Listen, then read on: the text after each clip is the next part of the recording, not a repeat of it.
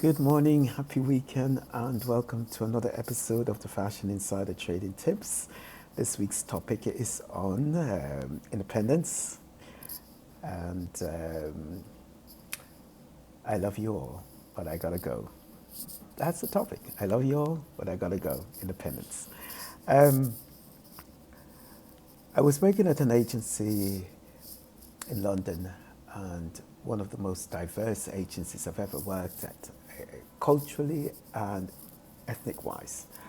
Amazing agency, and this was in the 80s. Just, um, just great training room, a place to be able to work with all groups of people, color, cultures, and everything. Anyways, I had only just been there, I think only a couple of weeks, and one day this one of the model, I had never met her before. I can't remember if I've met her before, but anyways, that day she walked in, very beautiful, very designer body model, very tall, very slim, beautiful little blonde, and she just walked in and beautiful, very beautiful English smile. She said, "Hi everyone," very typical English girl, just very polite, very nice.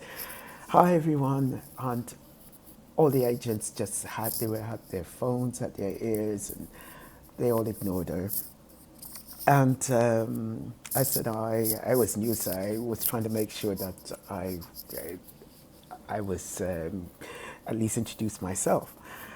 So she went and she asked for her portfolios.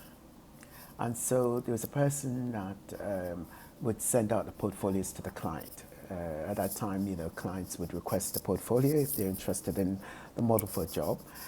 And so each agency had at least two portfolios of the models, we'll call their books, at the agency and their files. So anyways, the guy, I think it was a guy that was handling the books, and he gave her the books, showed her where the books were. She took the books. She went into the file cabinet. She took out her files with all her photos and tear sheets from the magazines that she had appeared in. And then she went around the booking table, and she went and she kissed each and every one of us on the cheek, and she said, "I love you all, but I gotta go." And people were still on the phone, and they just like, "Okay, bye." They weren't thinking more than she was just being polite, came in and just saying hi. So later on in the day, I think a client had requested her book, and one of the agents said, "Could you send," I can't even remember what her name was. Anyway, so we're going to use the name Rosie. Very beautiful English name. Um, and the agent said, "Oh, could you send her a book to so and so?" And the person that was in charge of sending the book said, she took them. And said, the agent said, "What do you mean she took them?" He said, "Oh, she just asked for them and she took them." They said, "Okay, could you go through her files and make a book up and send to the client?" So they went in the file and realized all the files were gone. That's when it really hit them that the girl had left the agency. Classic, beautiful way. So they tried to reach out to her and then realized she had switched agencies. And there are times in our lives when God says it's time to leave. But what I love about it was the way she did it. And I said, note to self, if ever you get the chance to, do that to someone. Just the fact that she said, "I love you all, but I gotta go." Classic line. So years later, fast forward now, I'm in New York and I'm working at an agency. I'd been there for I think 4 years, and my contract was going to be up. And we're negotiating the deal, and boss couldn't come up with a new deal. So I gave 4 weeks notice, at least enough time for them to come up with a new contract. Inevitably, I think it was my way of saying my time was up and I was going to leave, but using the contract negotiation as a way as a ploy to get out. So I said, "Okay, you've got 4 weeks. My contract was going to be up on that date, and okay, so at least you have 4 weeks to know." That was part of in the contract. And this is not the agency where the demon seeds were. I mean, this agency had their own demon seeds. Trust me on this one there. And I'll share that at another time. But they had not a twin at this agency, they had a demon seed. Anyways, so on the last week of the contract, my boss came in and I said, okay, do you have a deal? No. They came up with a deal, but it was far apart from what I wanted. I was carrying the bulk of the earnings in the agency, and I knew that. I knew what my tactics were. I knew what assets, what I was bringing to the agency. I was making a lot of money. They were making a lot of money, and I knew that I was responsible for a bulk of that, like bulk of it. So that final Friday, the end of the contract, they still had no deal. And the boss said, okay, we'll finish the negotiation on the weekend. I said, okay.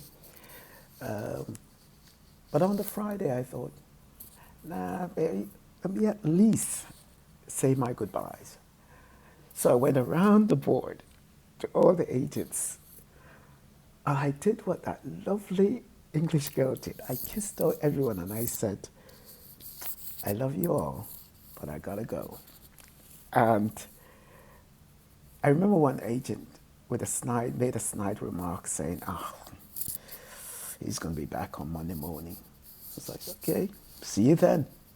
I knew I wasn't going to return, no matter what, unless they gave the money that I wanted. I wasn't returning.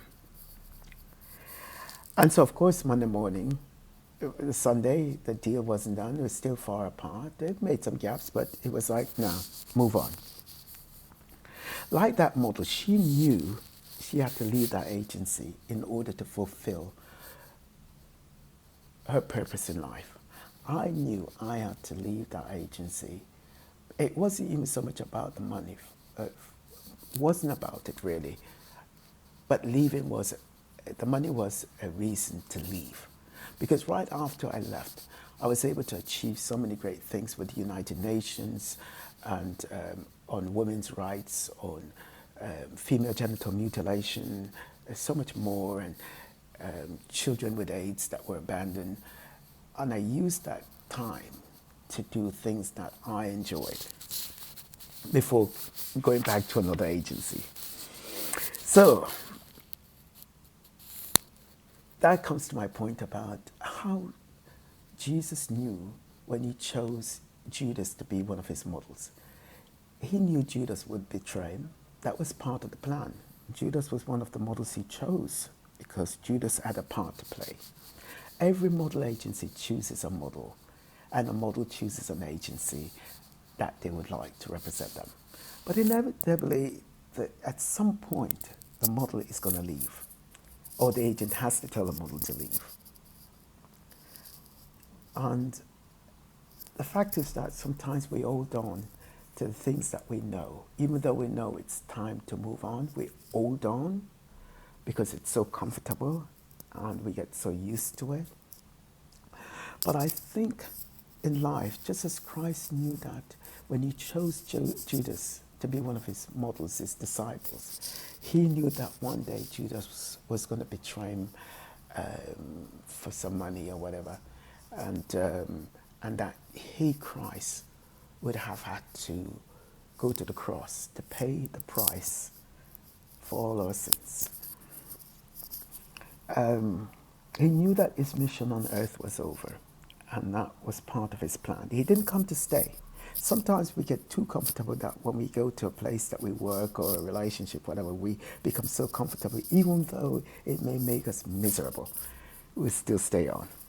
I always say, why do agents stay at an agency for so long? Why do models stay at an agency for so long? I mean, yeah, loyalty, but sometimes if you're not growing, you're going to get stuck. So I guess on this Independence weekend, I guess it's freedom. For me, it was freedom leaving that agency. And just knowing that, you can leave with a laugh. You can leave still holding your head high, but also just knowing that, not knowing where you're going, because God knows I didn't know what I was going to do, but I just knew that, it was time to leave. So if you're stuck, get up and leave. Find another agency to represent you. Or if you're an agent and you feel that you're stuck in one agency, go and do something else. Find another platform. And that's my message for this weekend. God bless you. Shalom. Have a great weekend. Peace out. Happy Independence. And I'll see you all next week. God bless you.